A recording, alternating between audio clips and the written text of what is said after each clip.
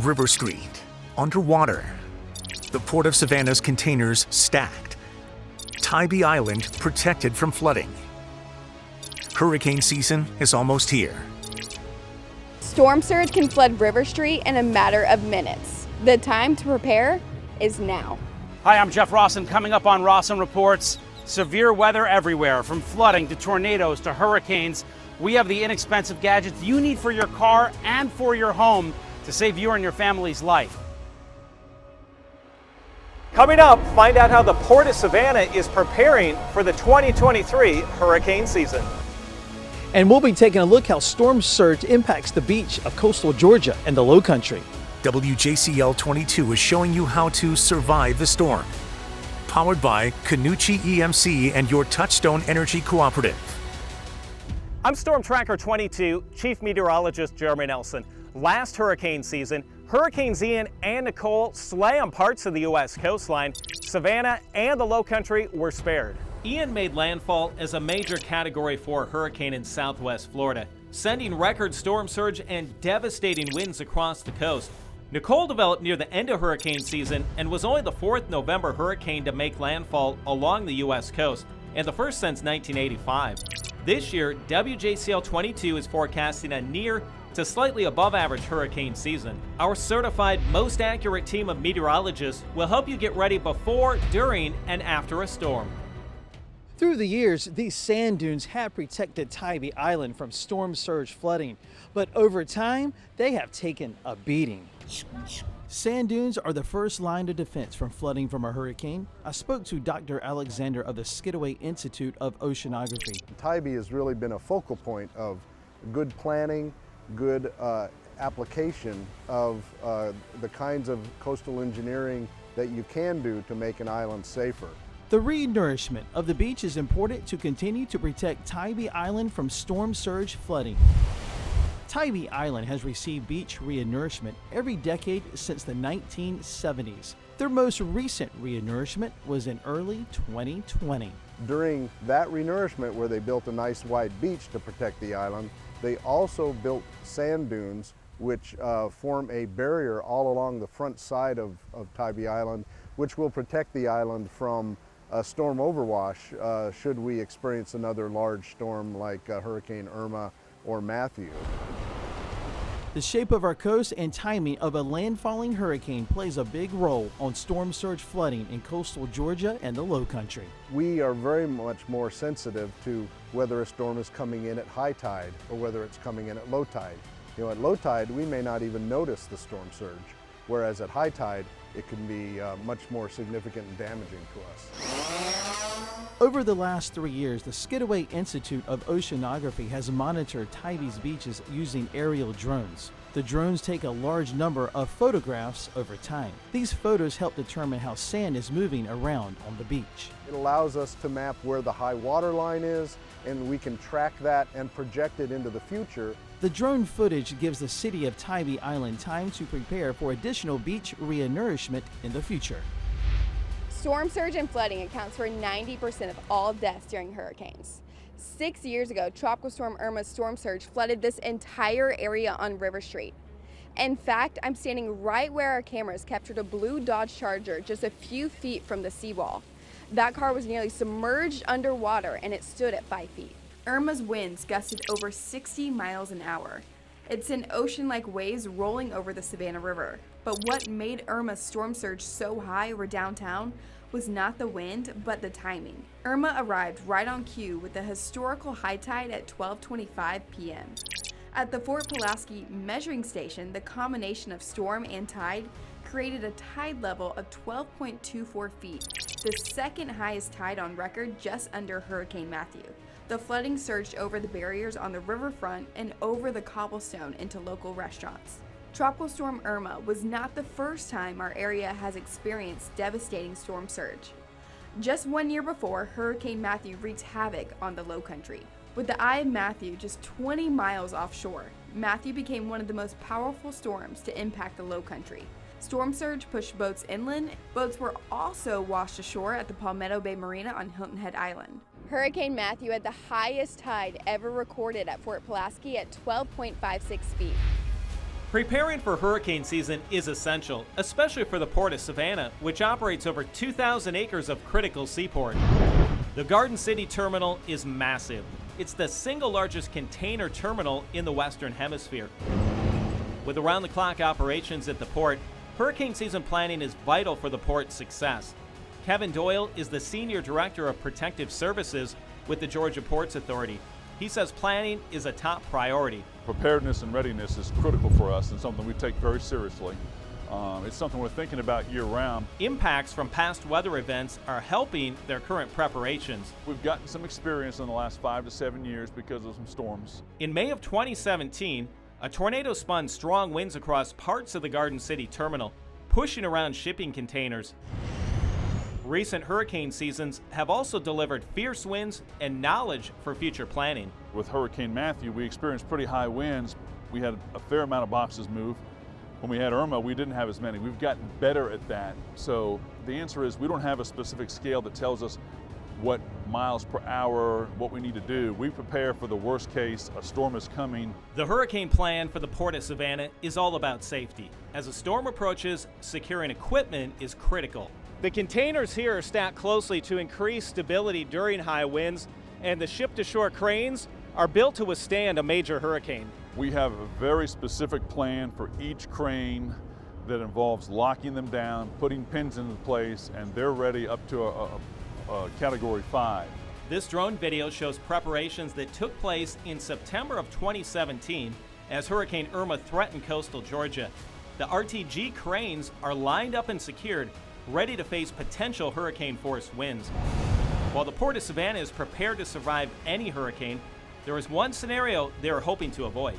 Based on what we've learned from meteorologists, from the National Weather Service, something that comes in a little south of us, that puts us in that northeastern quadrant of the storm, where we get that sort of counterclockwise wind and tidal surge, that would be the worst case. Having your hurricane evacuation plan is extremely important. The steps you can take now to prepare. And don't forget about your pets, what you should pack before a disaster strikes. This is Surviving the Storm, powered by Canucci EMC and your Touchstone Energy Cooperative. Having your hurricane evacuation plan is extremely important. There are steps you can take now to prepare. Plan places where your family will meet in the event of an emergency. Fuel up. Gas stations may be closed during power outages. Keep a full tank of gas in your car if an evacuation seems likely. Don't wait. Leave early enough to avoid being trapped by severe weather. Stay on course. Follow recommended evacuation routes and do not take shortcuts. They may be blocked. And most importantly, know your zone. Chatham County has 3 separate evacuation zones.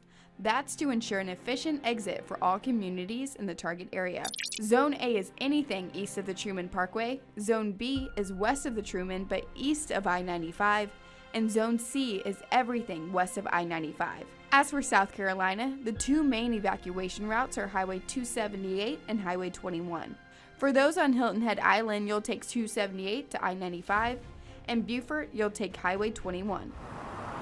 If you don't have transportation outside of Chatham County, the evacuation assembly area process is available. For those in need of assistance, you can catch a Chatham area transit bus free of charge to the Savannah Civic Center.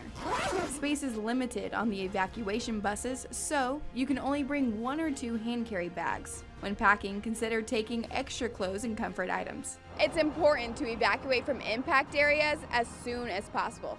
While generators can be an absolute game changer when power gets knocked out, they come with many hidden dangers. With portable generators, there's a lot of room for error. So having a licensed electrician look at the house, tell you your load, tell you how much you're going to pull or how much you need to pull, then you can get with that contractor and figure out what breakers need to turn off, what breakers need to be on. When it comes to generator safety, make sure that you have it in a level area where it can't roll or tip. And the next thing you need to do when you go to set it up, and this is very important, make sure it's at least 20 feet away from your house and that the exhaust, that it is blowing away from any windows, doors, the air conditioning unit, because carbon monoxide poisoning can kill you in 5 minutes. But when you're in those pressure situations, it's very easy to make a mistake. And what we see a lot is when they turn that breaker off and they turn their generator power on, they don't realize they have power till they see the neighbors have power or something, and they will turn their main back on without turning that generator breaker off. And when they do that, they're back feeding the line and they could potentially cause serious damage. And one more important thing to keep in mind with generator safety is it can't be out in the rain. So make sure you talk to an electrician and find the proper covering for the elements. During hurricane season, it's important not to forget about your furry friend. The American Red Cross says you should assemble an emergency kit for your pets and in case of an evacuation. This kit should include a harness and also a leash in case you do evacuate. You don't want to lose your pet. Also, don't forget about nourishment. They're going to need food and water for the next few days as you evacuate. And don't forget about bowls and also any medication that they might need, especially as you do leave your home. And if you do have a cat, don't forget about a litter box. And you can also keep a picture of your pet on you in case you do lose them. Make sure your pet is microchipped and up to date on all vaccines. If you have to evacuate your home during a disaster, take your pet with you. It may be difficult to find shelter for your animals in the midst of a disaster, so plan ahead. Do not wait until disaster strikes to do your research. Contact hotels outside of your immediate area to check policies on accepting pets. Prepare a list of boarding facilities and veterinarians who could shelter animals in an emergency. And don't be afraid to ask friends or relatives outside of the affected area whether they could shelter your animal. When the storm approaches, call ahead to confirm emergency shelter arrangements for you and your pets. Check to be sure your pet disaster supplies are ready to take at any moment. And make sure all dogs and cats are wearing collars with up-to-date identification. The key to being ready for the next storm means preparing now. The low-cost gadgets you need in your car and home to save your life. GEMC and your Touchstone Energy Cooperative. Severe weather hitting us all this season. So how do you prepare? We just found some inexpensive gadgets that could literally save your life and your family's life in almost any situation.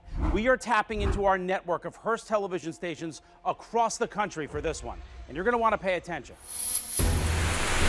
We're prepping you for floods, hurricanes, and tornadoes.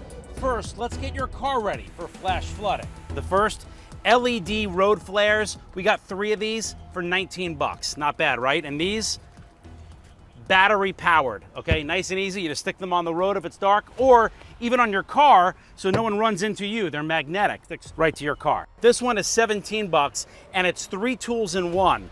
First of all, see this thing right here? See that thing right there? Come over here. This is my producer's car. This is my car. If you're inside and you're stuck, you should keep this in your glove compartment. Boom, this thing will crack your window so you can get out of your car if the water is rising. The other thing, see right there? See right under there, that's a knife. That's like a little razor blade knife. It's meant when this is taut around you, if you can't get out, if you can't unbuckle your seatbelt, you can cut through, they say, through your seatbelt. And the third thing is, it's also a flashlight, okay? It's a flashlight right there and the light comes out right there. And it's also a magnet, so you can stick it right here and change your tire and have light at night. Next up, Brooke Butler from WJCL in Savannah, hacking up for a hurricane. This is a waterproof match kit and it can hold upwards of 15 matches. Check this out, it actually floats in the water while keeping all of the match sticks inside dry.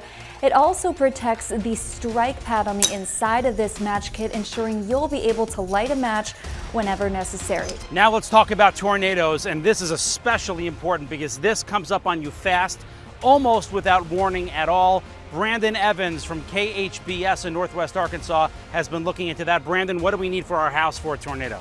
Okay, the worst has happened. A tornado is bearing down on you. You're inside your safe room, center of the house with no windows. But let's say your cell phone is dead.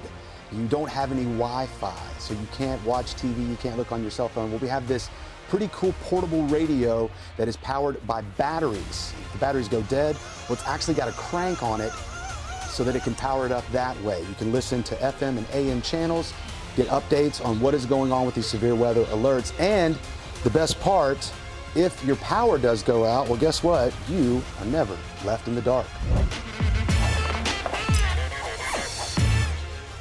We want to thank our team of Hearst reporters, and We have a full list of everything you should have in your emergency kits for every type of emergency. There are quite a few more things to tell you about, so visit RossumReports.com for that. Back to you. The Savannah Port is the 4th busiest in the nation. Any disruption here can impact our economy. So it's important in the aftermath of a hurricane that the port's open right away. Boat, check. Equipment, check. A pre-hurricane season training exercise for the U.S. Army Corps of Engineers. We tagged along. We're exercising our processes to launch our large survey vessels in the event that we have a hurricane passing through that's significant enough to close the port. Here, let it drift ahead. Using a sonar torpedo device, Lone LaFoyd, Chief of Coastal Projects, says after a hurricane, the U.S. Army Corps of Engineers conducts a hydrographic survey of the bottom of the Savannah River. The survey can detect any obstructions, such as large trees, boats, or even structural damage. Alex McConnell, Chief of Waterways Management with the Coast Guard, says if the river became impassable, it disrupts the economic flow of the ports. The Coast Guard works with our partner agencies like the Army Corps of Engineers to make sure that these navigable waterways is safe for these ships to come inbound and outbound and conduct their business. The start of hurricane season is June 1st. A full breakdown on what you can expect, including this season's hotspots. This is Surviving the Storm, powered by Canucci EMC and your Touchstone Energy Cooperative. Last year, 3 named storms made landfall along the U.S. coast, all within our forecast hotspots. And our prediction for an average 2022 season was spot on. Now a look at our 2023 hurricane forecast. Many people ask, how can we predict an entire hurricane season months in advance? First, we use a forecast method called the LRC. Think of it as our secret ingredient. I have used this forecasting technique to make accurate long-range forecasts for the last 15 years. We also consider other important factors when making our forecast, like La Nina or El Nino and sea surface temperatures. I recently caught up with the director of the National Weather Service, Ken Graham, here in Savannah. Since 2017, we've been in this La Nina pattern, which means, higher than normal active hurricane season in the Atlantic. The last time we had the El Nino was, you have to go back to 2014, 2015. It's been a while, so just we're stuck in this pattern. So eventually it has to give. We have pinpointed a few coastal hotspots. These represent areas with a higher than average chance of seeing a landfalling tropical system this season. The first is focused on the Florida Panhandle and the west coast of Florida. The next hotspot covers areas from the Grand Strand of South Carolina to the Outer Banks of North Carolina. The final hotspot covers most of the east coast of Florida. Of all the hotspots, this one has the highest chance of seeing direct impacts this season. Outside of the areas highlighted, tropical activity is still possible, but the chances are a bit lower. For the entire Atlantic Basin, WJCL 22 is forecasting a near to slightly above average hurricane season with 14 to 18 named storms. An average season produces 14 named storms, 7 hurricanes, and 3 major hurricanes. You look at October, you look at late in the season, people start to let their guard down. And I think that's why we have the season, June 1st to November 30th. People have to think during that period of time that you got to be ready. No matter the forecast, be prepared before the season starts. Our certified most accurate team of meteorologists will keep you safe this hurricane season. Make sure you have the WJCL 22 app downloaded on your phone or tablet to get all weather alerts and updates, including evacuation routes and shelter information. We are always here before, during, and after the storm. Stick with WJCL 22 all hurricane season. Surviving the Storm, powered by Canucci EMC and your Touchstone Energy Cooperative.